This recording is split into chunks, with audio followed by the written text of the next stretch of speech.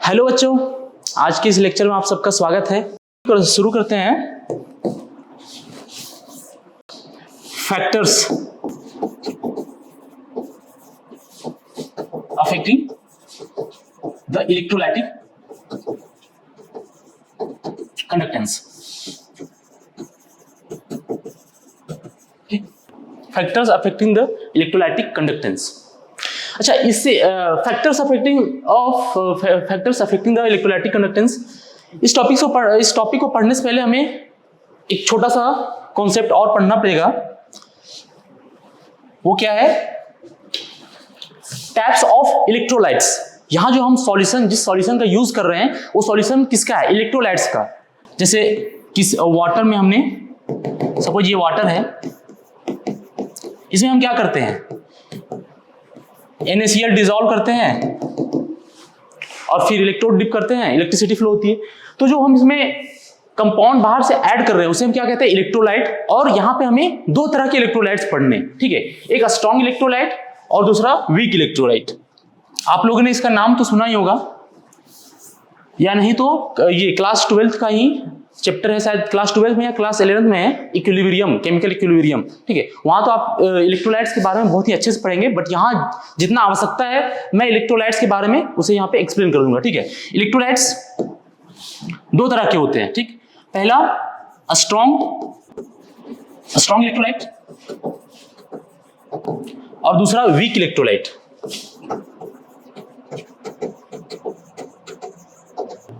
ठीक है, पहला स्ट्रॉन्ग इलेक्ट्रोलाइट, दूसरा वीक इलेक्ट्रोलाइट। ठीक, इलेक्ट्रोलाइट ये ऐसे कंपाउंड होते हैं जो आयन से मिलकर बने होते हैं, ठीक है? इनके बीच में कोवैलेंट बॉन्ड नहीं होता है, आयनिक बॉन्ड होता है, ठीक है? तो जब भी हम वाटर में इलेक्ट्रोलाइट्स को डिसॉल्व करते हैं तो ये आयंस में टूट जाते हैं, राइट? बट कुछ इलेक्ट्रोलाइट्स आयंस में बहुत ही इजीली और कंप्लीटली टूट जाता है और कुछ कंप्लीटली आयंस में नहीं टूटते हैं। तो जो इलेक्ट्रोलाइट आयंस में कंप्लीटली ब्रेक हो जाता है उसे हम स्ट्रॉन्ग इलेक्ट्रोलाइट कहते हैं, और जो आसानी से ब्रेक नहीं होता है, कंप्लीटली आयंस में नहीं टूटता है, उसे हम क्या कहते हैं? वीक इलेक्ट्रोलाइट, ठीक है?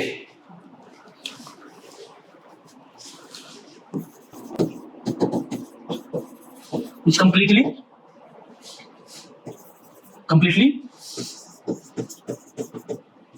breaks into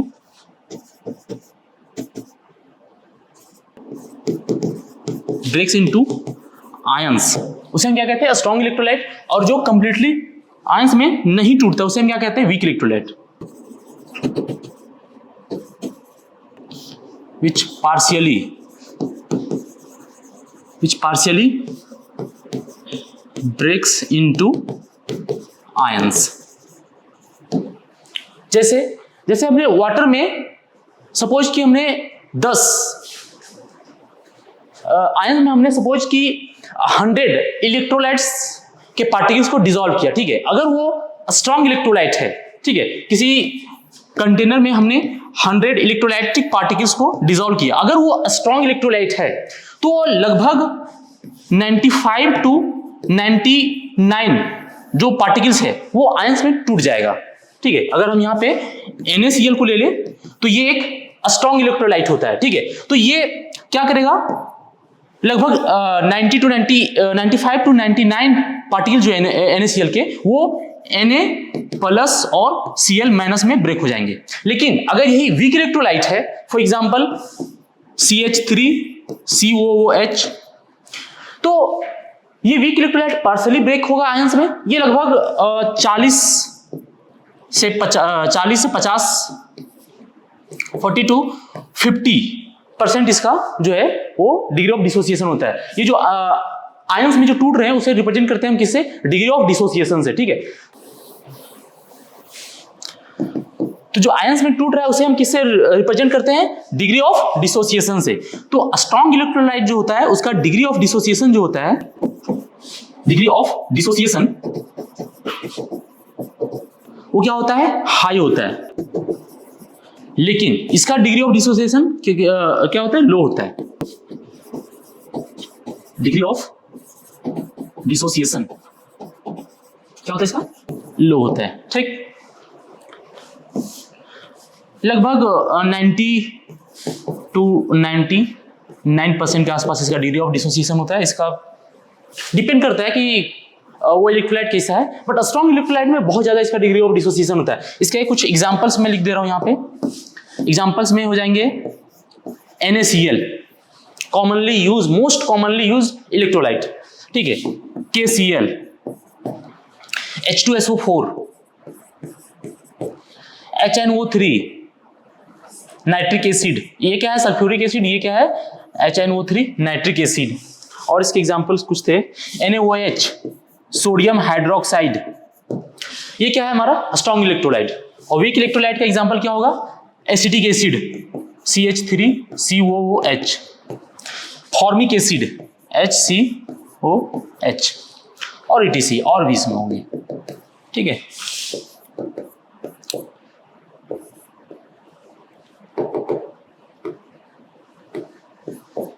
ETC, ठीक। तो आपको समझ में आया स्ट्रॉन्ग इलेक्ट्रोलाइट किसे कहते हैं और वीक इलेक्ट्रोलाइट किसे कहते हैं। वो इलेक्ट्रोलाइट जो एट रूम टेम्परेचर पे आसानी से आयंस में टूट जाए, ठीक है, और जो आसानी से आयंस में नहीं टूटेगा उसे हम क्या कहते हैं, वीक इलेक्ट्रोलाइट, और जो आयंस में टूट जाएगा उसे क्या कहते हैं, स्ट्रॉन्ग इलेक्ट्रोलाइट। अब आते हैं इसके फैक्टर्स पे, ठीक है, factors affecting the electrolytic conductance.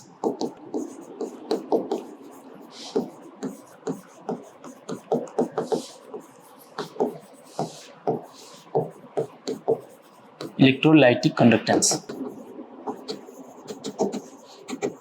पहला number of ions and mobility. जो इलेक्ट्रोलाइटिक कंडक्टेंस है वो पहला फैक्टर जो है उसका वो number of ions and mobility है। देखो सपोज ये इलेक्ट्रोलाइटिक कंडक्टेंस है, मैं पिछले लेक्चर से ही बता रहा हूं कि सॉल्यूशन के अंदर जो इलेक्ट्रिसिटी कंडक्ट हो रहा है वो किसकी वजह से हो रहा है, वो किसकी वजह से हो रहा है, due to the movement of ions, ठीक है। सॉल्यूशन के अंदर जो इलेक्ट्रिसिटी कंडक्ट हो रहा है वो किसकी वजह से होता है, आयंस के मूवमेंट की वजह से, ठीक है। तो अगर यदि ज्यादा मात्रा में इसके अंदर, इस सॉल्यूशन के अंदर अगर आयंस रहेंगे तो इलेक्ट्रिसिटी ज्यादा मात्रा में आसानी से कंडक्ट होगी। तो अगर यदि नंबर ऑफ आयंस ज्यादा रहेंगे तो इलेक्ट्रिसिटी हाई होगी, कंडक्टेंस ज्यादा होगा, ठीक है। और चूंकि इसके मूवमेंट की वजह से आयंस कितना आसानी से मूव कर रहा है, ठीक है, उस पर भी डिपेंड करता है कंडक्टेंस। तो अगर मोबिलिटी, उसकी मूवमेंट अगर आसानी से हो रही है आयंस की, तो उसका कंडक्टेंस क्या होगा, हाई होगा, ठीक है। यहां पे मैं 3 कॉलम बना रहा हूं, नंबर ऑफ आयंस, दूसरा मोबिलिटी, ठीक है, और तीसरा कंडक्टेंस, ठीक। जैसे कि मैंने अभी बताया कि कंडक्टेंस है वो नंबर ऑफ आयंस पे डिपेंड करता है। अगर यदि नंबर ऑफ आयंस ज्यादा हुआ, ठीक है, तो क्या होगा, कंडक्टेंस ज्यादा होगा। और अगर यदि हम नंबर ऑफ आयंस किसी तरह से बढ़ा देते हैं, इंक्रीज कर देते हैं, ठीक है, ये अपर एरो का मतलब क्या है कि हम नंबर ऑफ आयंस को क्या कर रहे हैं, इंक्रीज कर रहे हैं, और साथ में आयन की मोबिलिटी, उसका मूवमेंट भी हम किसी तरह से बढ़ा देते हैं। ये कैसे होगा हम अभी आगे बताएंगे, ठीक है, इसकी मोबिलिटी हम कैसे बढ़ाएंगे, ठीक है। तो क्या होगा कि कंडक्टेंस क्या होगा, वो भी इंक्रीज करेगा, ठीक, कंडक्टेंस क्या होगा, इंक्रीज करेगा। पहली बात की जो कंडक्टेंस है वो डायरेक्टली प्रोपोर्शनल है नंबर ऑफ आयंस का और उसके मोबिलिटी का, ठीक।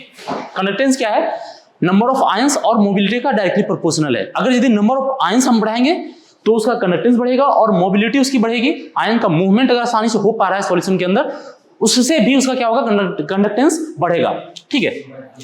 दूसरा, हाँ, अब ये तो हुआ कि कैसे डिपेंड कर रहा है। अब अगर यदि हम इन फैक्टर्स को अगर चेंज करते हैं तो कंडक्टेंस के ऊपर क्या असर पड़ता है। ये तो हो गया कि ये जो हमने लिखा है यहाँ पे, ये तो जनरल हो गया कि कंडक्टेंस नंबर ऑफ आयंस पे कैसे डिपेंड करता है, डायरेक्टली प्रोपोर्शनल होता है, इंक्रीज होगा अगर नंबर ऑफ आयंस और मोबिलिटी तो कंडक्टेंस बढ़ेगा। लेकिन अगर यदि नंबर ऑफ आयंस हम बढ़ा दें और मोबिलिटी को बढ़ाए तो कंडक्टेंस बढ़ जाएगा। दूसरा, अगर नंबर ऑफ आयंस को हम अगर घटा दें और साथ में मोबिलिटी को भी घटा दें तो क्या होगा, कंडक्टेंस भी घट जाएगा। ठीक। तीसरा कंडीशन कि अगर यदि नंबर ऑफ आयंस को बढ़ाएं और मोबिलिटी को हम घटा दें, ठीक है, तो इस केस में क्या होगा, नंबर ऑफ आयंस अगर बढ़ेगा, इसमें देखो कंडक्टेंस है वो डोमिनेंटली नंबर ऑफ आयंस पे डिपेंड करता है, ठीक है, तो यहां पे मोबिलिटी घट रहा है लेकिन नंबर ऑफ आयंस क्या हो रहा है, बढ़ रहा है, तो फाइनली कंडक्टेंस भी बढ़ेगा। लेकिन जो ऊपर के दो कंडीशन थे, ठीक है, ऊपर के जो दो कंडीशन थे उसमें क्या हो रहा था कि नंबर ऑफ आयंस और मोबिलिटी दोनों इंक्रीज कर रहे थे, तो इसमें जो कंडक्टेंस इंक्रीज करेगा वो बहुत ज्यादा इसमें कंडक्टेंस इंक्रीज करेगा। इसमें क्या हो रहा है कि नंबर ऑफ आयंस इंक्रीज कर रहा है बट मोबिलिटी क्या है कि डिक्रीज कर रहा है, तो जो कंडक्टेंस इंक्रीज करेगा वो इंक्रीज तो होगा लेकिन ज्यादा इंक्रीज नहीं करेगा। ठीक है। नेक्स्ट, अगर यदि हम नंबर ऑफ आयंस को घटा दे और मोबिलिटी उसके मूवमेंट को बढ़ा दे तो क्या होगा, इससे कंडक्टेंस जो है वो डिक्रीज करेगा, क्योंकि कंडक्टेंस है वो मोस्टली नंबर ऑफ आयंस पे डिपेंड करता है। ठीक है। लेकिन ऊपर क्या था कि नंबर ऑफ आयंस भी डिक्रीज कर रहे थे और मोबिलिटी भी डिक्रीज कर रहा था, तो इसमें जो कंडक्टेंस डिक्रीज करेगा वो लार्ज अमाउंट में कंडक्टेंस डिक्रीज करेगा। ठीक है, इस चीज को ध्यान रखना। लेकिन यहाँ पे नंबर ऑफ आयंस तो डिक्रीज कर रहा है बट मोबिलिटी इंक्रीज कर रहा है। ठीक है, तो फाइनली जो कंडक्टेंस डिक्रीज करेगा वो बहुत कम अमाउंट में डिक्रीज करेगा कंडक्टेंस। ठीक। अब जो नेक्स्ट कंडीशन है कि अब की बार हम नंबर ऑफ आयंस को कुछ नहीं करेंगे। ठीक है, नंबर ऑफ आयंस जो था उसको वैसे ही रहने देंगे, और अगर यदि मोबिलिटी को हम बढ़ा देते हैं तो इस केस में भी क्या होगा, कंडक्टेंस इंक्रीज करेगा। ठीक ठाक एक कंडक्टेंस इसमें भी इंक्रीज करेगा। ठीक है। और नंबर ऑफ आयंस को जैसे कि तैसे ज्यों का त्यों छोड़ देते हैं और मोबिलिटी को अगर हमने डिक्रीज कर दिया तो इससे भी कंडक्टेंस डिक्रीज करेगा और ठीक ठाक कंडक्टेंस डिक्रीज करेगा। ये था पहला फैक्टर, नंबर ऑफ आयंस और उसके मोबिलिटी पे। ठीक है, ये समझ में आया। ये भी आगे जब हम कोहलार्ज लॉ पढ़ेंगे, ठीक है, तो वहां पे ये कॉन्सेप्ट समझने में बहुत ही आसानी होगी। ठीक है। नेक्स्ट, दूसरा है हमारा nature of the electrolyte. Nature of electrolyte, nature of electrolyte. ठीक। अभी पीछे मैंने आपको बताया कि जो कंडक्टेंस है वो नंबर ऑफ आयंस पे डिपेंड कर रहा है। ठीक है, नंबर ऑफ आयंस पे डिपेंड कर रहा है, जितना ज्यादा नंबर ऑफ आयंस कंडक्टेंस उतना ही ज्यादा होगा। ठीक है। तो अगर यदि मैं यहां पे नेचर ऑफ इलेक्ट्रोलाइट का मतलब क्या है कि जो इलेक्ट्रोलाइट कैसा है उस पे कंडक्टेंस डिपेंड करेगा। अब अभी मैंने पीछे बताया है कि इलेक्ट्रोलाइट यहां पे दो तरह के हमें पढ़ने, पहला स्ट्रॉन्ग इलेक्ट्रोलाइट और दूसरा वीक इलेक्ट्रोलाइट।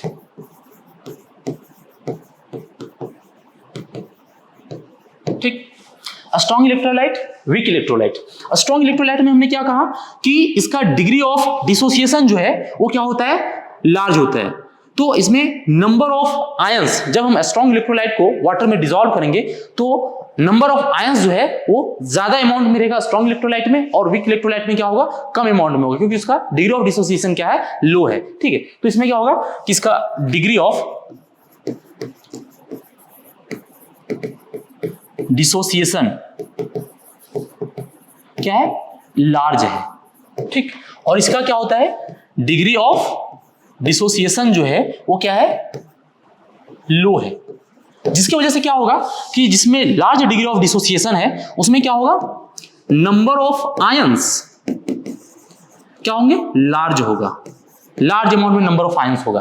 बट इसमें क्या होगा, नंबर ऑफ आयंस क्या होगा, बहुत ही लो अमाउंट में होगा, नंबर ऑफ आयंस लो। ठीक, बहुत ही लो अमाउंट में नंबर ऑफ आयंस होगा। अब आप खुद ही बता सकते हैं कि किसका कंडक्टेंस ज्यादा होगा। ठीक है, अभी मैंने पीछे बताया कंडक्टेंस डायरेक्टली प्रोपोर्शनल होता है नंबर ऑफ आयंस का, तो स्ट्रॉन्ग इलेक्ट्रोलाइट में क्या है, नंबर ऑफ आयंस ज्यादा है तो इसका कंडक्टेंस क्या होगा, लार्ज होगा। कंडक्टेंस क्या होगा, लार्ज, और इसका कंडक्टेंस क्या होगा, स्मॉल। कंडक्टेंस क्या होगा, स्मॉल। ठीक, दो फैक्टर समझ में आ गए। अब आते हैं तीसरे पे।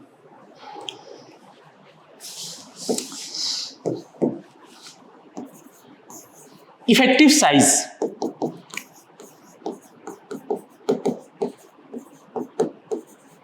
इफेक्टिव साइज, अभी मैंने पीछे एक डायग्राम बनाया था कि किसी इलेक्ट्रोलाइटिक सॉल्यूशन में जब हम इलेक्ट्रोड को डिप करते हैं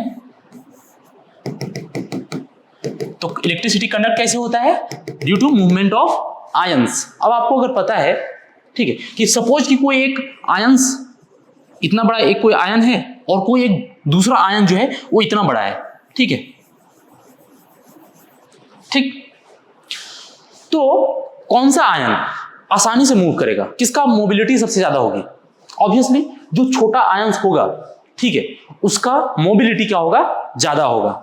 ठीक, अभी मैंने पीछे बताया था ना फर्स्ट फैक्टर में कि कंडक्टेंस क्या है, दो फैक्टर्स पे डिपेंड करता है, पहला नंबर ऑफ आयंस और दूसरा उसकी मोबिलिटी पे। नंबर ऑफ आयंस वाला भी इससे जस्ट पहले मैंने बताया कि स्ट्रॉन्ग इलेक्ट्रोलाइट रहा तो उसमें नंबर ऑफ आयंस ज्यादा होंगे और स्ट्रॉन्ग इलेक्ट्रोलाइट का कंडक्टेंस क्या होता है, ज्यादा होता है। अब तीसरे में इफेक्टिव साइज, जितना लार्ज इफेक्टिव साइज होगा आयंस का, उसका मूवमेंट उतना ही कम होगा और कंडक्टेंस उतना ही उसका कम होगा। ठीक है, तो कंडक्टेंस जो है, यहां पे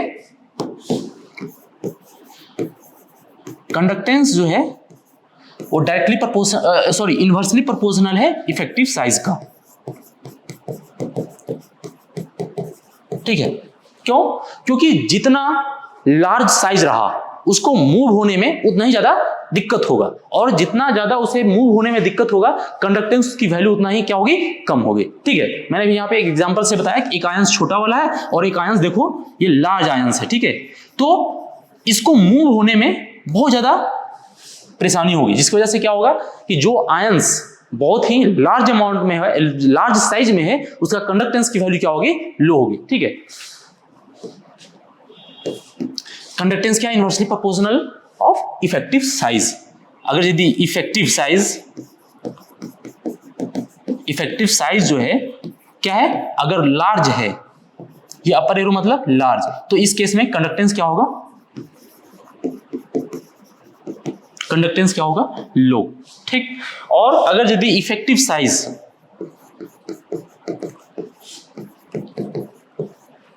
साइज अगर यदि बहुत ही स्मॉल है तो कंडक्टेंस क्या होगा, लार्ज होगा। ठीक है, यहां तक समझ में आया? अभी तक हमने तीन फैक्टर सबको अभी मैंने आपको बताया है। पहला नंबर ऑफ आयंस और मोबिलिटी, दूसरा नेचर ऑफ द इलेक्ट्रोलाइट्स, तीसरा इफेक्टिव साइज। अब आते हैं चौथे फैक्टर्स पे। ठीक है, चौथे फैक्टर्स पे टेम्परेचर।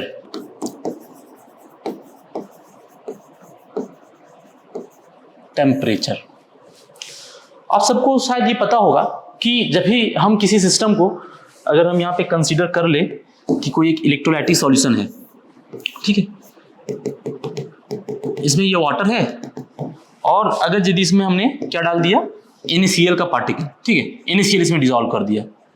ठीक, अब अगर यदि ये रूम टेम्परेचर पे है, हमने ये NaCl उसमें रूम टेम्परेचर पे डाला, ठीक है, और अगर यदि हम इसको अगर हीट करना शुरू करते हैं तो क्या होता है, उसमें जब हीट करते हैं ना तो इसकी एनर्जी बढ़ जाती है। इसका जब टेम्परेचर इसका हम इंक्रीज करते हैं, इसकी एनर्जी बढ़ जाती है, जिससे क्या होता है, इसका मूवमेंट इंक्रीज हो जाता है। एनर्जी बढ़ने का मतलब क्या है, इसकी काइनेटिक एनर्जी बढ़ जाती है, जिसकी वजह से इसका जो मूवमेंट है वो इंक्रीज कर जाता है। टेम्परेचर इंक्रीज करने का मतलब ये है कि उसके अंदर जो पार्टिकल्स हैं उसकी काइनेटिक एनर्जी इंक्रीज हो रही, जिसकी क्या होगा, उसका मूवमेंट, उसकी वेलोसिटी इंक्रीज होगी। ठीक है, तो अगर यदि हम टेम्परेचर बढ़ाते हैं, ठीक है, तो इलेक्ट्रोलाइटिक सॉल्यूशन के अंदर जो इलेक्ट्रोलाइट्स, जो आयंस हैं, उसका क्या होगा, मोबिलिटी क्या होगी, इंक्रीज करेगी। ठीक है, मोबिलिटी क्या होगी, इंक्रीज करेगी। अगर टेम्परेचर अगर हम इंक्रीज करें तो क्या होगा, इसकी मोबिलिटी जो है, मूवमेंट जो है वो इंक्रीज करेगा। ठीक है, अब टेम्परेचर बढ़ाने से मोबिलिटी तो इंक्रीज हुआ, लेकिन साथ ही साथ यहां पे एक और कंसेप्ट आपको पढ़ना है कि in case of strong electrolyte, temperature बढ़ाने से उसका जो डिसोसिएशन है उसके ऊपर कोई खास फर्क नहीं पड़ता, क्योंकि जो स्ट्रॉन्ग इलेक्ट्रोलाइट होते हैं उसका degree of dissociation already 90 to 99% होता है, राइट। ऑलरेडी अगर हमने 100 NaCl के स्ट्रॉन्ग इलेक्ट्रोलाइट के पार्टिकल वाटर में डिसॉल्व किए तो उसमें से 90, 95, 99 पार्टिकल्स आसानी से Na+ और Cl- में टूट गए हैं। लेकिन वीक इलेक्ट्रोलाइट के केस में क्या होता है, उसकी डिग्री ऑफ डिसोसिएशन बहुत ही कम होती है, जिसकी वजह से जब हम वीक इलेक्ट्रोलाइट को अगर हम हीट करेंगे, वीक इलेक्ट्रोलाइटिक सॉल्यूशन को हीट करेंगे, तो उस केस में जो नंबर ऑफ आयंस यानी जो डिग्री ऑफ डिसोसिएशन है वीक इलेक्ट्रोलाइट का वो इंक्रीज करेगा। उससे होगा क्या, नंबर ऑफ आयंस जो हैं वो इंक्रीज करेंगे, ठीक है। क्या होगा, नंबर ऑफ आयंस इंक्रीज करेंगे। अब यहां पे हमें दो कंडीशन बनाना पड़ेगा, पहला स्ट्रॉन्ग इलेक्ट्रोलाइट का, ठीक है, और दूसरा वीक इलेक्ट्रोलाइट का।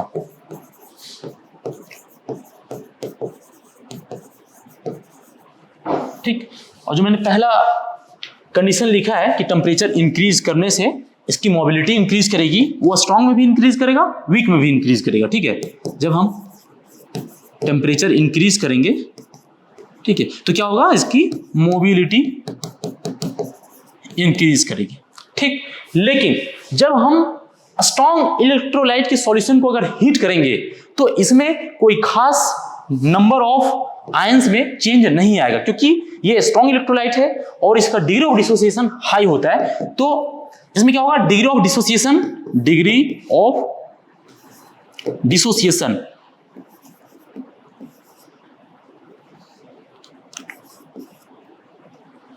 नॉट इंक्रीजेज, जिसकी वजह से क्या होगा कि नंबर ऑफ आयंस में कोई खास चेंज नहीं देखने को मिलेगा, ठीक है। नंबर ऑफ आयंस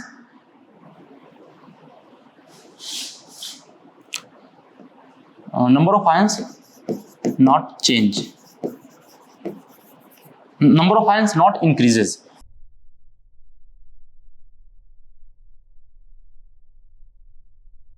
ठीक, लेकिन यही इधर क्या होगा कि अगर यदि हम हीट करेंगे वीक इलेक्ट्रोलाइट को तो इससे पहला क्या होगा, इसका डिग्री ऑफ डिसोसिएशन क्या होगा, इंक्रीज करेगा,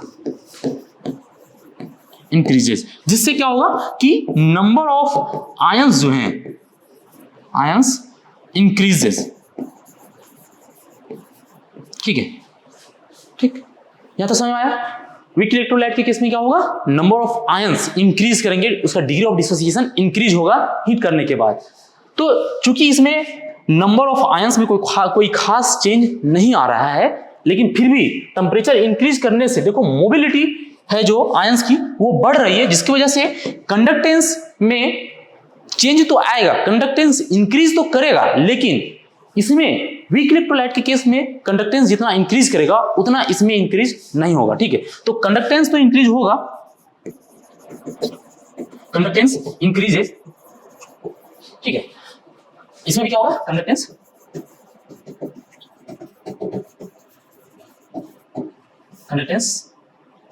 इंक्रीजेस, बट इसमें जो कंडक्टेंस में जो चेंज आएगा, ठीक है, इसमें जो कंडक्टेंस में चेंज आएगा डेल्टा सी, ठीक है, डेल्टा C1 अगर हम इसमें चेंज माने कंडक्टेंस में, और इसमें अगर हम डेल्टा C2 माने, तो जो चेंज इन कंडक्टेंस है वीक इलेक्ट्रोलाइट के केस में वो लार्ज है, ठीक है। क्या होगा यहां पे, डेल्टा C2 जो है वो ग्रेटर देन होगा डेल्टा C1 का, मतलब कि टेम्परेचर इंक्रीज करने से जो कंडक्टेंस में जो चेंजेस आएगा वो इलेक्ट्रोलाइट में ज्यादा आएगा, वीक इलेक्ट्रोलाइट में ज्यादा आएगा, और स्ट्रॉन्ग इलेक्ट्रोलाइट में ज्यादा चेंज नहीं होगा कंडक्टेंस की वैल्यू, ठीक है। यहां तक ये चौथा फैक्टर था, ठीक है, जिसमें दोनों पे डिपेंड कर रहा है कंडक्टेंस, ठीक है, मोबिलिटी से भी और नंबर ऑफ आयंस से भी। अब आते हैं लास्ट फैक्टर पे, कंसंट्रेशन, ठीक है। लास्ट क्या है, कंसंट्रेशन।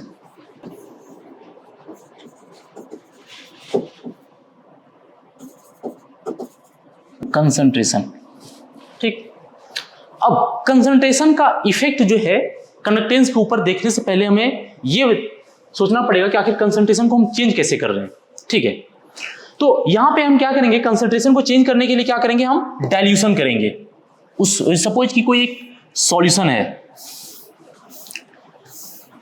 ठीक है, कोई एक सॉल्यूशन है यहाँ पे कंसंट्रेशन C का। अब इसमें अगर हम एक्स्ट्रा सॉल्वेंट इसमें ऐड कर दें, ठीक है, एक्स्ट्रा सॉल्वेंट ऐड कर दें, तो जो फाइनल कंसंट्रेशन इसका C डैश रहेगा वो क्या होगा, C dash less than C होगा। कंसंट्रेशन की वैल्यू क्या होगी, डिक्रीज कर जाएगी। और इस प्रोसेस को हम क्या कहते हैं, डाइल्यूशन। इस प्रोसेस को क्या कहते हैं हम, डाइल्यूशन। ठीक है, इस प्रोसेस को क्या कहते हैं, डाइल्यूशन। तो कोई एक हमारे पास कोई एक इलेक्ट्रोलाइटिक सॉल्यूशन देगा, ठीक, उसमें हम क्या करेंगे, एक्स्ट्रा सॉल्वेंट ऐड करेंगे, उसे डाइल्यूट करेंगे, उसका कंसंट्रेशन को हम डिक्रीज करेंगे। उसके बाद हम देखेंगे कि कंडक्टेंस के ऊपर क्या असर पड़ रहा है। ठीक है, तो उसके लिए हमें यहां पे भी दो कंडीशन बनाने पड़ेंगे, पहला स्ट्रॉन्ग इलेक्ट्रोलाइट का और दूसरा वीक इलेक्ट्रोलाइट का। ठीक है, पहला क्या है हमारा, स्ट्रॉन्ग इलेक्ट्रोलाइट,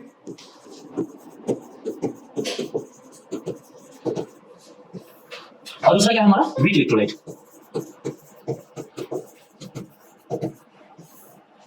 ठीक, स्ट्रॉन्ग इलेक्ट्रोलाइट और वीक इलेक्ट्रोलाइट। हम कंसंट्रेशन को कैसे चेंज करेंगे, by adding extra solvent, by dilution. हम कंसंट्रेशन की वैल्यू को डिक्रीज करेंगे और देखेंगे कि कंडक्टेंस के ऊपर क्या असर पड़ रहा है। ठीक है, तो इलेक्ट्रोलाइट, ये स्ट्रॉन्ग इलेक्ट्रोलाइट के केस में अगर यदि हम कंसंट्रेशन की वैल्यू को चेंज करें, अगर कंसंट्रेशन की वैल्यू को हम डिक्रीज करें, डाइल्यूट करें, उसमें एक्स्ट्रा सॉल्वेंट ऐड करें, तो जो नंबर ऑफ आयंस, हमें देखना यही है, कंडक्टेंस की वैल्यू को देखने के लिए हमें देखना यही है कि उसकी आयंस की संख्या क्या हो रही है, आयंस की संख्या बढ़ रही है कि घट रही है, और दूसरा उसकी मोबिलिटी इंक्रीज कर रही है कि डिक्रीज कर रही है। ठीक है, तो स्ट्रॉन्ग इलेक्ट्रोलाइटिक सॉल्यूशन के केस में हम देखेंगे कि नंबर ऑफ आयंस इंक्रीज हो रहा है या डिक्रीज हो रहा है बाय चेंजिंग द कंसंट्रेशन।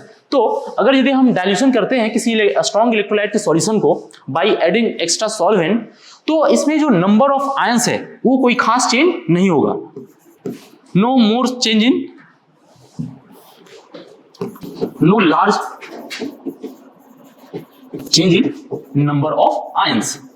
क्यों, क्योंकि स्ट्रॉन्ग इलेक्ट्रोलाइट है, इसकी डिग्री ऑफ डिसोसिएशन क्या होती है, हाई होती है। कंसंट्रेशन को चेंज करने से इसके डिग्री ऑफ डिसोसिएशन पे कोई खास इफेक्ट नहीं पड़ेगा। बट जो वीक इलेक्ट्रोलाइट है, वीक इलेक्ट्रोलाइट के केस में जब हम इसे डाइल्यूशन करेंगे, जब हम, ठीक है, जब हम कंसंट्रेशन की वैल्यू को डिक्रीज करेंगे, तो होता यह है कि वीक इलेक्ट्रोलाइट की जो डिग्री ऑफ डिसोसिएशन है वो इंक्रीज कर जाती है, जिससे क्या होगा कि नंबर ऑफ आयंस की संख्या बढ़ जाएगी। ठीक है, क्या होगा इसमें, डिग्री ऑफ डिसोसिएशन जो है वो क्या होगा, इंक्रीज करेगा, जिससे क्या होगा, नंबर ऑफ आयंस इंक्रीजेस। ठीक, नंबर ऑफ आयंस इंक्रीज करेगा।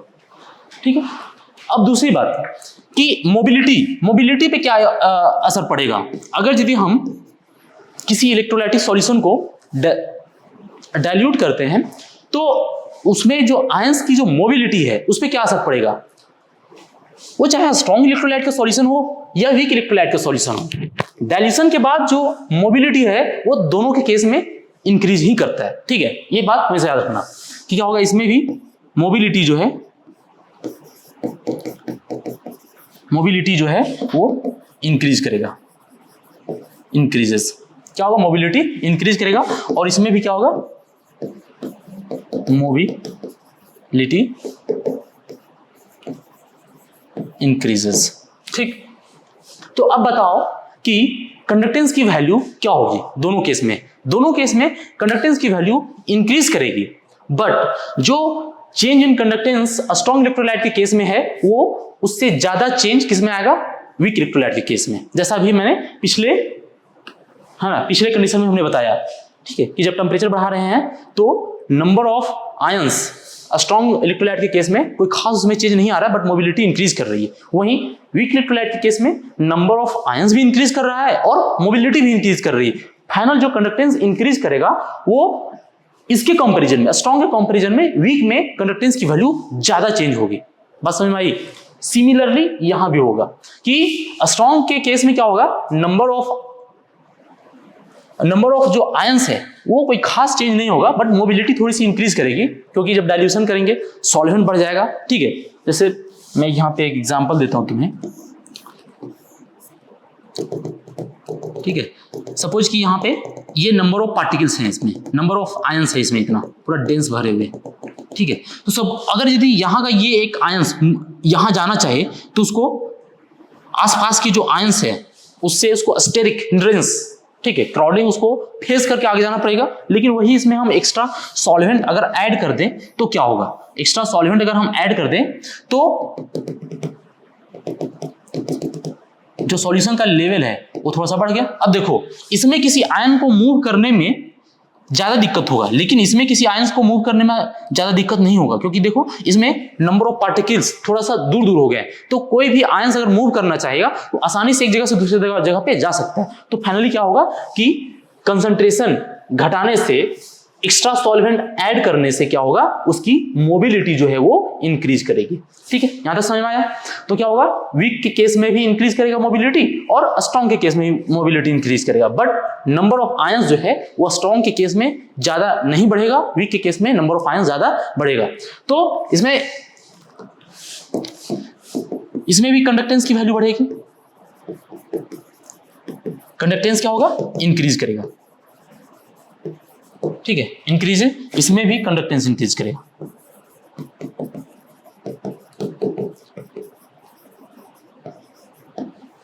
ठीक, बट इसमें जो डेल्टा सी है, चेंज इन कंडक्टेंस है, और इसमें जो डेल्टा सी है, ठीक है, डेल्टा C2 जो है वो ज्यादा होगा डेल्टा C1 से। ठीक, यहां तक समझ में आया? ठीक है, अब हम एक ग्राफ पढ़ेंगे। ठीक है, between the conductance and concentration. ठीक है, कंडक्टेंस और कंसंट्रेशन के बीच हम एक ग्राफ पढ़ेंगे, और वो दोनों के लिए पढ़ेंगे, स्ट्रॉन्ग इलेक्ट्रोलाइट के लिए भी पढ़ेंगे और वीक इलेक्ट्रोलाइट के लिए भी पढ़ेंगे। ठीक ठीक है, स्ट्रॉन्ग के लिए भी पढ़ेंगे और वीक के लिए पढ़ेंगे। वाई एक्सिस पे हम क्या लेंगे, यहाँ पे मोलर कंडक्टेंस। ठीक है, यहाँ पे मोलर कंडक्टेंस भी हो सकता है, या नहीं तो इक्विवेलेंट कंडक्टेंस भी हो सकता है। ठीक है, इन दोनों में से कोई एक हो सकता है। इन दोनों के लिए ये जो ग्राफ हम बताएंगे अभी, और जो यहाँ पे मैंने बताया है कंसंट्रेशन का इफेक्ट, पीछे जो टेम्परेचर का इफेक्ट थोड़ा बताया मैंने अभी, वो दोनों वैलिड है, मोलर के लिए भी इक्विवेलेंट के लिए भी। ठीक है, तो हमने यहाँ क्या ले लिया, एक कंडक्टेंस, मोलर कंडक्टेंस और इक्विवेलेंट कंडक्टेंस, दोनों में से कोई एक होगा, और एक्स एक्सिस पे कंसंट्रेशन की वैल्यू अंडर रूट में। ठीक है, इधर कंसंट्रेशन की वैल्यू बढ़ेगी। अगर मैं आपसे पूछूं कि यहां पे कंसंट्रेशन की वैल्यू और यहां पे कंसंट्रेशन की वैल्यू C1 है और C2 है, तो बताओ कि कौन सा वैल्यू ज्यादा होगा, कौन ज्यादा कंसंट्रेटेड कंडीशन में है? ऑब्वियसली C2 ज्यादा कंसंट्रेशन है कंपेरिजन टू C1, मतलब कि यहां पे कंसंट्रेशन की वैल्यू कम है। ठीक है, और यहां पे कंसंट्रेशन की वैल्यू ज्यादा है। तो जो आयनिक मोबिलिटी जो है वो इस C1 वाले केस में ज्यादा होगा। तो यहां पे कंडक्टेंस की वैल्यू अगर मैंने यहां पे मान रखा है, तो कंडक्टेंस की वैल्यू C2 पे इसके कंपैरिजन में थोड़ा सा नीचे होगा। बात समझ में आई क्या? ये समझ में आया? इसके कंपैरिजन में क्या होगा, थोड़ा सा नीचे होगा। क्यों? ज्यादा कंसंट्रेटेड सॉल्यूशन है, यहां पे आयनिक मोबिलिटी थोड़ी सी कम होगी, तो कंडक्टेंस की वैल्यू थोड़ा सा कम होगा। और जैसे जैसे हम यहां से कंसंट्रेशन की वैल्यू हटाते जाएंगे, ठीक है, जैसे जैसे हम कंसंट्रेशन की वैल्यू हम यहां से घटाते जाएंगे, क्या होगा, इसकी जो कंडक्टेंस की वैल्यू है वो स्लाइटली इंक्रीज करती जाएगी। ठीक है, ठीक, स्लाइटली इंक्रीज करती जाएगी। और इसे जब हम आपस में मिला देंगे तो हमें क्या मिला, एक स्ट्रेट लाइन। ठीक है, और इस स्ट्रेट लाइन जो है वो हमने भी आपको थ्योरेटिकली, ये मैंने जो अभी बताया पीछे इफेक्ट ऑफ कंसंट्रेशन, वो एग्जांपल के साथ मैंने इसे प्लॉट किया, बट ये प्लॉट जो है वो एक इक्वेशन से आता है। वो इक्वेशन क्या है, molar conductance is equal to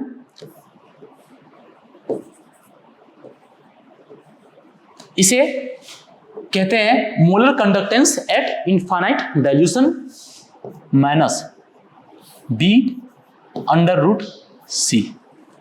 ठीक है, वो जो प्लॉट है वो यहां से आया है और इस इक्वेशन को क्या कहते हैं हम? डिवाई इक्वेशन। ठीक है, डिवाई इक्वेशन। ठीक, तो अब इसमें इंपॉर्टेंट जो बात हमें सीखना है वो ये है कि अब अगर यदि हम इस लाइन को थोड़ा सा अगर हम बढ़ा दें, ठीक है, थोड़ा सा अगर हम बढ़ा दें तो ये कहीं ना कहीं वाई एक्सिस यानी जिस पे हमने मोलर कंडक्टेंस को मान रखा है उसको कहीं ना कहीं जाके ये इंटरसेप्ट करेगा, कहीं ना कहीं कट करेगा। ठीक है, तो जहां पे ये कट करेगा वहां पे अगर हम कंसंट्रेशन की वैल्यू देखें तो क्या है? ये जीरो। ठीक है, क्या है? ये जीरो, जो कि पॉसिबल नहीं है। कोई भी सॉल्यूशन बनाओगे जीरो कंसंट्रेशन का सॉल्यूशन बनाना पॉसिबल नहीं है, बट उस समय पे जो मोलर कंडक्टेंस की वैल्यू है वो हमें आसानी से मिल जाएगी इस एक्सपेरिमेंट से जब हम इसे एक्सट्रापोलेट करेंगे। और ये जो कंडक्टेंस की वैल्यू है इसे हम डिनोट करते हैं, इनफाइनाइट का सिंबल भी लगाते हैं या फिर हम इसे एक सिंपल डॉट से भी डिनोट करते हैं। ठीक है, और इसे हम कहते हैं molar conductance at infinite dilution. ठीक है, molar conductance at infinite dilution. और इसका दूसरा नाम भी है, इसे कहते हैं limiting molar conductivity. Limiting molar conductivity. ठीक है, अब देखो इसमें इंपॉर्टेंट ये स्ट्रॉन्ग इलेक्ट्रोलाइट के लिए मैं बना रहा हूं। ठीक है, ये जो कोई भी स्ट्रॉन्ग इलेक्ट्रोलाइट है, ठीक है, वो उसका जो इनफाइनाइट डाइल्यूशन पे जो कंडक्टेंस की वैल्यू है वो सेम होता है। ठीक है, जिस भी कंडीशन में उसे हम देखेंगे उसकी जो कंडक्टेंस की वैल्यू है एट इनफाइनाइट डाइल्यूशन पे वो क्या होगी? सेम होगी। और इसी का यूज हम आगे करेंगे, अभी आगे आएगा जब कोहलाज लो तो मैं वहां पे बताऊंगा। ठीक है, तो इसे एक्स्ट्रापोलेट करने से हमें क्या मिल गया? ये वाला वैल्यू मिल गया। अब अगर इसी में अगर देखें हम कंसंट्रेशन की वैल्यू को अगर हम जीरो पुट कर दे, ठीक है, जैसे कि यहां पे है, तो मोलर कंडक्टेंस की वैल्यू क्या मिल जाएगी हमें? लिम्डा एम नॉट। ठीक है, और यहां पे जो सी है वो क्या है? हमारा कंसंट्रेशन। सी क्या है? कंसंट्रेशन। बी क्या है? कांस्टेंट वैल्यू है। ये बी क्या है? Constant value. ठीक, और लेम्डा एम क्या है? Molar conductance. मोलर कंडक्टेंस, और ये इक्विवेलेंट कंडक्टेंस के लिए भी सेम ही प्लॉट आएगा। ठीक है, यहां तक ये समझ में आया? ये था स्ट्रॉन्ग इलेक्ट्रोलाइट के लिए जब हमने कंसंट्रेशन को डिक्रीज करना शुरू किया और जो मोलर कंडक्टेंस की वैल्यू पे हम वैल्यू को हमेशा प्लॉट करने लगे, तो जो एक ग्राफ मिला उसे जब हम एक्स्ट्रा प्लॉट किए तो एट इनफाइनाइट डाइल्यूशन यानी एट जीरो कंसंट्रेशन पे उस इलेक्ट्रोलाइट का जो कंडक्टेंस की वैल्यू होगी, मोलर कंडक्टेंस और इक्विवेलेंट कंडक्टेंस, वो वैल्यू हमें यहां से मिल गया। ठीक है, मोलर कंडक्टेंस और इक्विवेलेंट कंडक्टेंस की वैल्यू जो है जीरो कंसंट्रेशन पे एट इनफाइनाइट डाइल्यूशन पे वो हमें मिल गई। ठीक, अब आते हैं हम वीक इलेक्ट्रोलाइट के लिए। ठीक है, वीक इलेक्ट्रोलाइट के लिए यहां पे भी आपने देखा कि इसमें हमने क्या है, इस एक्सिस पे हम क्या ले रहे थे? मोलर कंडक्टेंस या फिर इक्विवेलेंट कंडक्टेंस। ठीक, और इसमें कंसंट्रेशन अंडर रूट। पिछले एग्जांपल जैसा मैं कह दूं, अगर यहां पे C2 है और यहां पे क्या है? C1, तो C2 क्या है? Greater than C1। ठीक है, तो यहां पे जो लेम्डा 2 होगा वो लेस देन होगा लेम्डा 1 का। क्यों? क्योंकि जो कंडक्टेंस था वो कंसंट्रेशन का इनवर्सली प्रोपोर्शनल था। ठीक है, तो पीछे वाले केस में क्या था? एट C2 पे कंडक्टेंस की वैल्यू कुछ यहां पे थी। क्यों? क्योंकि ये एक स्ट्रॉन्ग इलेक्ट्रोलाइट था, बट वीक इलेक्ट्रोलाइट के केस में एट C2 पे कंडक्टेंस की वैल्यू उतना ऊपर नहीं होगा, थोड़ा सा नीचे होगा। बात समझ में आई क्या? कंडक्टेंस की वैल्यू क्या होगी? थोड़ी सी नीचे होगी। और इसमें भी जैसे जैसे हम कंसंट्रेशन की वैल्यू घटाने लगेंगे, डाइल्यूट करने लगेंगे, एक्स्ट्रा उसमें सॉल्वेंट ऐड करने लगेंगे, इसकी जो वैल्यू है वो धीरे धीरे इंक्रीज करेगी। ठीक है, इंक्रीज करेगा।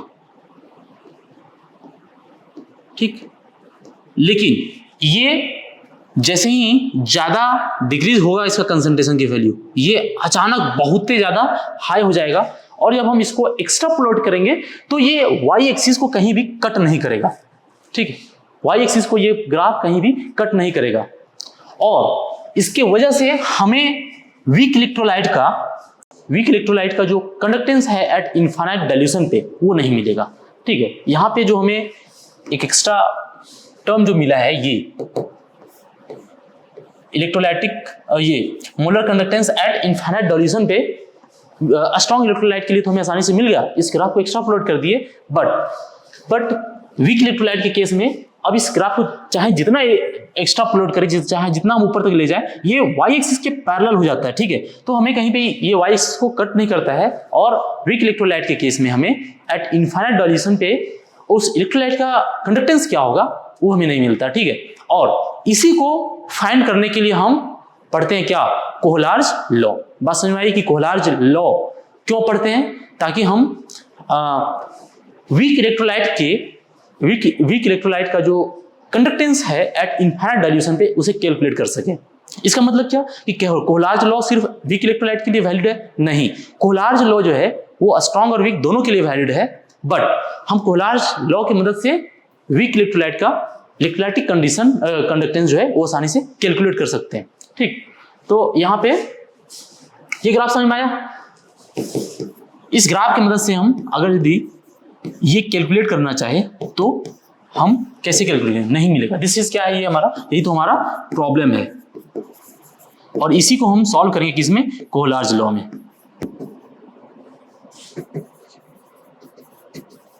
कोहलार्ज लॉ में, ठीक। बात समझ में आई कि कोहलार्ज लॉ पढ़ने से पहले इतना बैकग्राउंड देना क्यों आवश्यकता था। डायरेक्ट हम अगर कोहलार्ज लॉ शुरू करते तो शायद आप लोगों को समझ में नहीं आता, ठीक है। इसीलिए हमें पहले कंडक्टेंस किस किस फैक्टर पे डिपेंड करता है वो पढ़ाना, वो मैंने बताया, और कंसंट्रेशन से कैसे कंडक्टेंस की वैल्यू को अफेक्ट की जा सकती है वो हमने कैलकुलेट किया। अब हम पढ़ेंगे कोहलार्ज लॉ, और फिर कोहलार्ज लॉ से रिलेटेड 2-3 एप्लीकेशन, ठीक है। उसमें से पहला एप्लीकेशन तो यही है कि हम वीक इलेक्ट्रोलाइट का कंडक्टेंस फाइंड कर सकते हैं एट इनफाइनाइट डाइल्यूशन पे, ठीक है।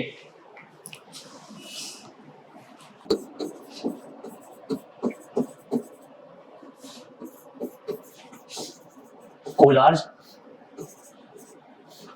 Law of independent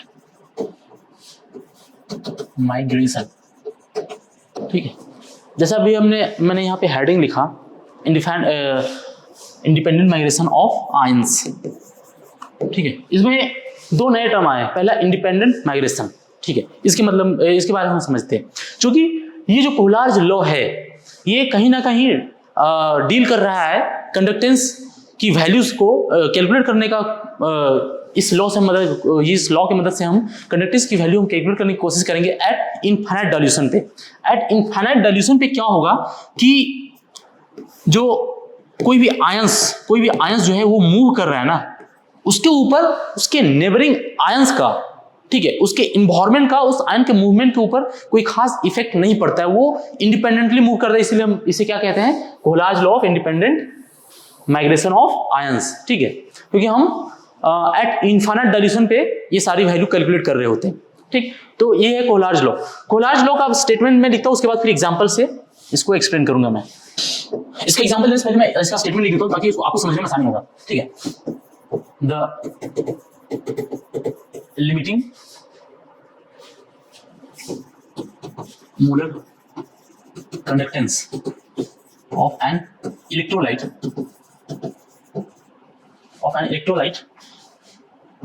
at infinite dilution would be equal to the sum of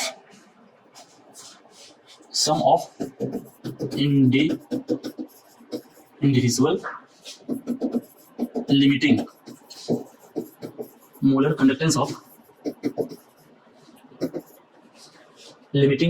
molar conductance of ions multiplied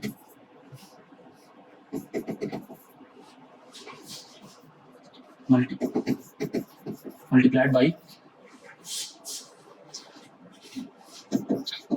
their stoichiometric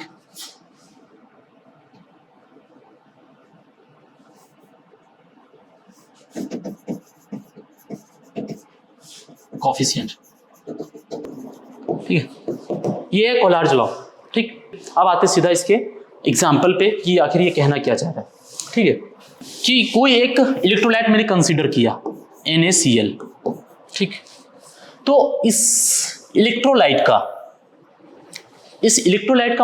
limiting molar conductance यानी molar conductance at infinite dilution जो होगा M4 NaCl, ठीक है, वो होगा summation of molar conductance of Na plus eight infinite plus Cl minus eight infinite. ठीक है, जैसे NaCl अगर हम इसको वाटर में अगर डिजॉल्व करें तो किस में ब्रेक होगा? Na प्लस Cl माइनस में। ठीक है, तो इस NaCl का जो लिमिटिंग मोलर कंडक्टेंस है वो Na प्लस और Cl माइनस आयन के लिमिटिंग मोलर कंडक्टेंस के समेशन के बराबर होगा। ठीक है, अब ये काफी सिंपलेस्ट सिस्टम है, सिंपलेस्ट इलेक्ट्रोलाइट है। इसके लिए अगर जनरलाइज हम लिखना चाहें A B कोई एक इलेक्ट्रोलाइट है। ठीक है, ये क्या होगा? A प्लस और B माइनस में अगर ब्रेक हो रहा है। ठीक है, तो इसके लिए अगर हम मोलर कंडक्टेंस अगर लिखें AB के लिए क्या होगा? Molar conductance of A plus conductance of B minus. ठीक है, इस तरह से हम इसे लिख सकते हैं। और एक दूसरा एग्जांपल मैं लेता हूं ताकि आपको ज़्यादा दिक्कत ना हो। सपोज कि दूसरा एग्जांपल है कोई एक Al2SO4 का होल 3। अगर मैं कहूं इसके लिए लिमिटिंग मोलर कंडक्टेंस का अगर इक्वेशन में लिखने के लिए कहूं तो कैसे लिखोगे आप? इससे पहले हमें ब्रेक करना पड़ेगा आयंस में। ये कैसे ब्रेक होगा? यहाँ पे देखेंगे आप तो कितने एल्यूमिनियम है? 2 एल्यूमिनियम 2Al, और इसके ऊपर जो चार्ज है जितना यहाँ पे काउंटर जो आयंस है उसकी संख्या जो है उसके बराबर यहाँ पे चार्ज हो जाएगा 3 प्लस, और सल्फेट कितना है? 3 क्या हो जाएगा? ये SO4 2 माइनस। अब हम इसे आसानी से इसका लिमिटिंग मोलर कंडक्टेंस लिख सकते हैं। क्या होगा? Al2SO4 का होल 3 किसके बराबर होगा? 2 times of stoichiometric coefficient multiplied by ions Al3 plus 3 stoichiometric coefficient multiplied by molar conductance SO4 2 minus. ठीक है, ये हो गया इसका लिमिटिंग मोलर कंडक्टेंस का इक्वेशन। ठीक, समझ में आया? अगर इसका भी हम अगर जनरल फॉर्म अगर लिख देना चाहूं मैं तो क्या होगा? कोई एक सॉल्ट है AXBY, ये ब्रेक होगा किसमें? XAY माइनस और YBX प्लस, कोई एक कैटायन कोई एक एनायन है। तो अगर हम इसका मोलर कंडक्टेंस लिखना चाहे AXBY, ठीक है, एट इनफाइनाइट पे क्या होगा? X multiplied by molar conductance AY minus plus Y molar conductance BX plus not. ठीक है, ये 2 जनरलाइज इक्वेशन है। पहला ये हुआ और दूसरा ये। इसे याद रखना, आप किसी भी इलेक्ट्रोलाइट का जो लिमिटिंग मोलर कंडक्टेंस का जो इक्वेशन है वो आसानी से यहाँ से लिख सकते हैं। हमने अभी आपको सिर्फ इक्वेशन लिखना सिखाया। ठीक है, तो ये स्ट्रॉन्ग और वीक दोनों के लिए वैलिड है। अगर अब मैं कहूँ कि मोलर कंडक्टेंस जो लिमिटिंग मोलर कंडक्टेंस है वो एसिटिक एसिड CH3COH, इसका अगर आपको मैं कैलकुलेट करने के लिए कहूँ तो आप कैसे कैलकुलेट करोगे? क्योंकि यहाँ पे अगर आप इसका मदद लेना चाहे तो यहाँ से आपको एट इनफाइनाइट डाइल्यूशन पे इस इक्वेशन में आपको एट इनफाइनाइट डायल्यूशन पे तो कंडक्टेंस की वैल्यू मिलेगी नहीं, क्योंकि ये जो ग्राफ है वो इसके पैरेलल हो जा रहा है, ठीक है। लेकिन अगर हमें अगर कैलकुलेट करना है वीक इलेक्ट्रोलाइट का लिमिटिंग मोलर कंडक्टेंस, तो हम मदद लेंगे किसका? स्ट्रॉन्ग का, क्योंकि इसमें लिमिटिंग मोलर कंडक्टेंस की वैल्यू हमें मिल जा रही है इस ग्राफ को एक्स्ट्रा प्लॉट करने के बाद, ठीक है। तो हम थोड़ा सा इसमें अपना तरीका लगाएंगे और इसे कैलकुलेट करेंगे। उससे पहले हमें ये लिखना पड़ेगा इसका जो लिमिटिंग मोलर कंडक्टेंस की जो इक्वेशन है, ठीक है, वो हमें पहले लिखना पड़ेगा। और उसके लिए हमें इसका जो डिसोसिएटेड फॉर्म है वो लिखना पड़ेगा। क्या होगा ये जब डिसोसिएट होगा तो CH3COO minus plus H plus में, ठीक है। अब लिमिटिंग मोलर कंडक्टेंस का जो इक्वेशन है वो लिख देते हैं। यहाँ पे क्या है, क्या होगा? CH3COO H is equal to CH3COO minus plus H plus, ठीक है। ऐसे हो गया। अब यहाँ पे हम स्ट्रॉन्ग इलेक्ट्रोलाइट का कॉन्सेप्ट अप्लाई करेंगे और इसका वैल्यू आसानी से हम निकाल लेंगे, ठीक है। वो कैसे करेंगे? अगर यदि जैसे NaCl जो है, ठीक है, NaCl ये क्या है हमारा स्ट्रॉन्ग इलेक्ट्रोलाइट। तो अगर हम इसका लिमिटिंग मोलर कंडक्टेंस की वैल्यू अगर निकालना चाहे तो हमें एक्सपेरिमेंटली मिल जाएगा। दूसरा, इस वैल्यू को कैलकुलेट करने के लिए हमें जरूरत पड़ेगा किसका? HCl का एट इनफिनिट पे। ये भी एक स्ट्रॉन्ग इलेक्ट्रोलाइट है, आसानी से हमें मिल जाएगा। और तीसरा जो आवश्यकता हमें पड़ेगा वो किसका? CH3CONa का, ठीक है। ये भी एक स्ट्रॉन्ग इलेक्ट्रोलाइट है। आप कहेंगे कि यहाँ पे भी तो वही वाला है जो यहाँ पे है, लेकिन यहाँ पे जो ये एनायन है उसके साथ कौन है? हाइड्रोजन, ठीक है। ये एसिटिक एसिड वीक इलेक्ट्रोलाइट है, बट H प्लस को रिप्लेस करके यहाँ पे अगर सोडियम केटायन लगा दिया जाए तो ये फिर एक स्ट्रॉन्ग इलेक्ट्रोलाइट की तरह बिहेव करेगा और इसकी वैल्यू हम एक्सपेरिमेंटली उस ग्राफ से कैलकुलेट कर सकते हैं। अब हमारे पास अगर ये तीन वैल्यूज हैं तो हम आसानी से ये वैल्यू निकाल सकते हैं, ठीक है। वो कैसे? वो ऐसे कि अगर हम इसको जब इक्वल करके लिखना चाहें उस फॉर्म में तो क्या होगा? Na प्लस Cl माइनस, अगर इसको हम लिखना चाहे ये एक्सपेंड करके तो क्या होगा? मोलर कंडक्टेंस H प्लस का प्लस Cl माइनस का। और अगर इसको हम लिखना चाहे तो क्या होगा? CH3COO minus plus Na plus का, ठीक है। यहां तक सब समझ में आ रहा है ना? ठीक। हम इस तरह से जो स्ट्रॉन्ग वाला इलेक्ट्रोलाइट है उसको इस तरह से एक्सपेंड करके हम लिख सकते हैं। अब हम इसमें दिमाग लगाएंगे, हमें इसकी वैल्यू कैलकुलेट करनी है, ठीक है। इसकी वैल्यू कैलकुलेट करने के लिए हमें चाहिए क्या क्या? ये वैल्यू चाहिए और ये वैल्यू चाहिए, और दोनों पॉजिटिव साइन के साथ चाहिए। हम यहाँ पे ढूंढेंगे कि वो वैल्यू हमें मिलेगा कहां से। हमें पहला दिख रहा है यहां पे, ठीक, और दूसरा जो है वो दिख रहा है कहां पे? H प्लस यहां पे, ठीक है। तो हम पहले क्या करेंगे? ये दोनों पॉजिटिव साइन के साथ हैं तो हम इन दोनों को पॉजिटिव साइन के साथ में लेने की कोशिश करेंगे। उसके लिए हमें करना क्या पड़ेगा? ये वाली वैल्यू जो है HCl प्लस ये वाला वैल्यू को और इसको, इन दोनों को हमें जोड़ देना पड़ेगा। CH3COO Na, ठीक। अब जैसे ही इन दोनों को हम जोड़ेंगे तो हमारे पास ये वाला पॉजिटिव साइन के साथ और ये वाला पॉजिटिव साइन के साथ तो आ जाएगा, लेकिन साथ में हमारे पास जो है वो अगर आप लिख लिए होंगे, अब हम इसी में आगे काम करना चाहें, जब इन दोनों को हम आपस में अगर जोड़ेंगे, ठीक है, इन दोनों को अगर हम आपस में जोड़ेंगे तो ये बीच में पॉजिटिव साइन आ जाएगा, ये बीच में पॉजिटिव साइन आएगा और साथ में यहाँ पे भी एक पॉजिटिव साइन आएगा। हमारे पास ये 4 टर्म आ गए, ठीक है, ये 4 टर्म आ गए, जिसमें से हमें इन दोनों का आवश्यकता तो था, लेकिन इन दोनों को कैलकुलेट करने, इन दोनों को इक्वेशन में लाने के चक्कर में हमारे पास 2 एक्स्ट्रा आ गए, Na प्लस और Cl माइनस, और दोनों पॉजिटिव में है। तो अब हम यहाँ पे क्या करेंगे? ये जो इधर हमारे पास 2 हैं, ठीक है, ये जो इधर हमारे पास दो हैं, ठीक है, ये वाला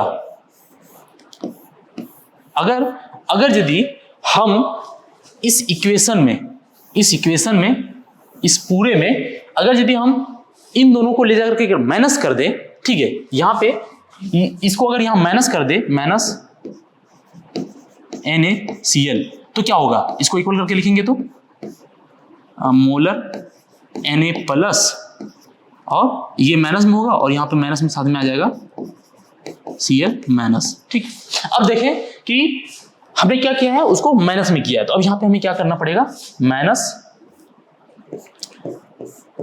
मोलर NaCl।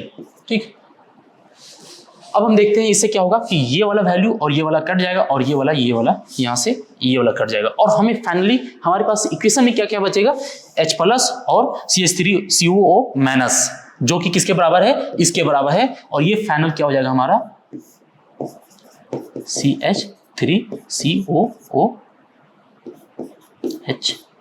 ठीक है, देखो वीक इलेक्ट्रोलाइट का molar conductance at infinite dilution पे हमें यहाँ पे मिल गया। उसके लिए हमने क्या किया है, दो को जोड़ा है और एक को घटा दिया है। ठीक है, मैंने जो यहाँ पे किया है उसको आप कॉपी पे खुद से स्टेप वाइज करेंगे तो आपको खुद समझ में आ जाएगा। ठीक है, अब आते हैं इस टॉपिक से रिलेटेड एक क्वेश्चन पे। क्या था, समझ में आया आप सबको? ठीक है, कोहलाज लॉ का यूज हम करते हैं वीक इलेक्ट्रोलाइट का मोलर लिमिटिंग मोलर कंडक्टेंस की वैल्यू कैलकुलेट करने के लिए। ठीक, अब आते हैं इस टॉपिक से रिलेटेड क्वेश्चन पे। बहुत ही सिंपल सवाल पूछता है, जैसे अगर आपको दे दिया जाए limiting molar conductance of HCl कितना है, 425.9, क्या होगा इसका, 7 मीटर स्क्वायर पर मोल। ठीक है, याद रखना ये यूनिट इसका। दूसरा क्या है, NaCl की वैल्यू दे रखी है तुम्हें 126.4 यूनिट वही होगा। ठीक है, और तीसरा है CH3COO Na, इसकी वैल्यू क्या है 91 यूनिट वही सेम होगा। और अगर हम आपको कह दें कि यहां से कैलकुलेट कीजिए CH3COOH, इसकी मोलर कंडक्टेंस की वैल्यू क्या होगी। ठीक, उसके लिए हम क्या करेंगे कि इसका पहले इक्वेशन लिखेंगे, जो कि मैंने भी पीछे ही करवा रखा है। इसका इक्वेशन क्या हो जाएगा, Na plus H plus gamma Cl minus, अगर हम दूसरे वाले को एक्सपेंड करेंगे तो क्या होगा, Na प्लस MCl माइनस। ठीक, और तीसरा वाला अगर एक्सपेंड करेंगे तो क्या होगा, molar CH3COO minus plus Na plus. ठीक है, ये तीन इक्वेशन होगा। हमें चाहिए क्या यहाँ से, इसको अगर हम लिखेंगे तो क्या होगा, हमें चाहिए CH3COO minus plus H plus. ठीक, हमें चाहिए ये। इसके लिए हम क्या करेंगे, इसको और इसको जोड़ देंगे, और इसमें जो हमारे पास दो एक्स्ट्रा टर्म ये वाला और ये वाला आ रहा है, इसे एलिमिनेट करने के लिए हम इससे और इससे घटा देंगे, जो कि मैंने अभी पीछे करके आपको बताया है। और फाइनली यहाँ से वैल्यू जो हमें मिलेगा वो कैसे मिलेगा, हमने जोड़ना किसको किसको है, पहले वाले और तीसरे वाले को। 425.9 प्लस 91.0 माइनस, हमें इस बीच वाले से उसको घटा देना है 126.4, हमें फाइनली आंसर मिल जाएगा यहाँ पे। ठीक है, तो कोहलाज लॉ था ये, और इससे रिलेटेड क्वेश्चन ऐसा ही न्यूमेरिकल आते हैं, बहुत ही सिंपल क्वेश्चन आते हैं। ठीक, अब ये तो हुआ इस कोहलाज लॉ का पहला application.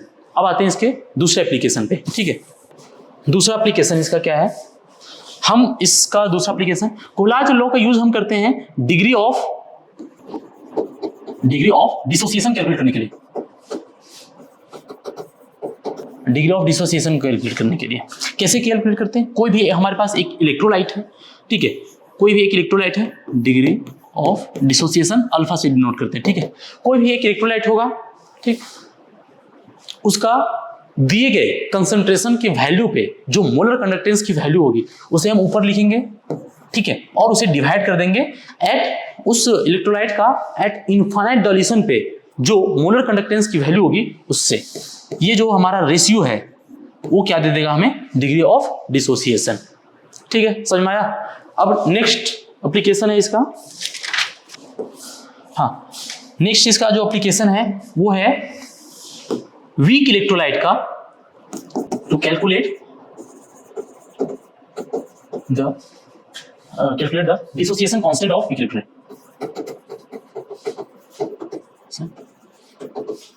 Constant of weak electrolyte, weak electrolyte, ठीक है। वीक इलेक्ट्रोलाइट का डिसोसिएशन कांस्टेंट को कैलकुलेट करने के लिए हम यूज करते हैं इस लॉ का। कैसे देखें, कोई एक इलेक्ट्रोलाइट है ए बी, ठीक है, ये ब्रेक होगा किसमें, ए प्लस और बी माइनस में, ठीक। आप अगर इक्विलिब्रियम पढ़े होंगे तो एट जीरो टाइम पे इनिशियली अगर ये सी कंसंट्रेशन है, इसका अमाउंट अगर सी है, तो हम आफ्टर टी टाइम पे जब इसको हम देखेंगे तो क्या होगा, सी माइनस सी अल्फा, ये क्या है हमारा डिग्री ऑफ डिसोसिएशन। साथ में ये सी अल्फा इधर बनेगा और ये सी अल्फा इधर बनेगा। अब इसका जो हम इक्विलिब्रियम कांस्टेंट है वो अगर लिखना चाहे तो कैसे लिखेंगे, के, चूंकि यहाँ पे डिसोसिएशन हो रहा है, K D is equal to product का कंसंट्रेशन सी अल्फा, यहाँ भी सी अल्फा हो जाएगा, और इधर क्या हो जाएगा, रिएक्टेंट का concentration C minus C alpha, ठीक है। इसे आप अगर सॉल्व करेंगे तो यहाँ से आएगा हमारे पास C alpha divided by 1 minus alpha. अब अल्फा की वैल्यू मैंने पीछे बता रखा है, वहां से वैल्यू निकालना है अल्फा का इस इलेक्ट्रोलाइट का, और यहाँ पे पुट करेंगे हमें उसका डिसोसिएशन कांस्टेंट मिल जाएगा, ठीक है। अब आते हैं एक लास्ट एप्लीकेशन इसका कोलार्ज लॉ का, वो है to calculate the solubility product of sparingly soluble electrolyte, ठीक है। मतलब वीक इलेक्ट्रोलाइट का सॉल्युबिलिटी प्रोडक्ट कैलकुलेट करने के लिए भी हम इसका यूज करते हैं, टू कैलकुलेट द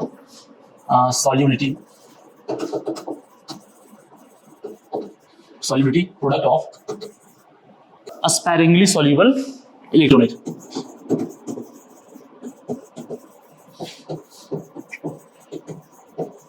ठीक। जैसे कोई एक इलेक्ट्रोलाइट है, ठीक है, कोई एक इलेक्ट्रोलाइट है AXBY, ठीक है। इसे जब हम वाटर में डिसॉल्व करेंगे तो क्या बनेगा, XY प्लस YBX माइनस, ठीक है।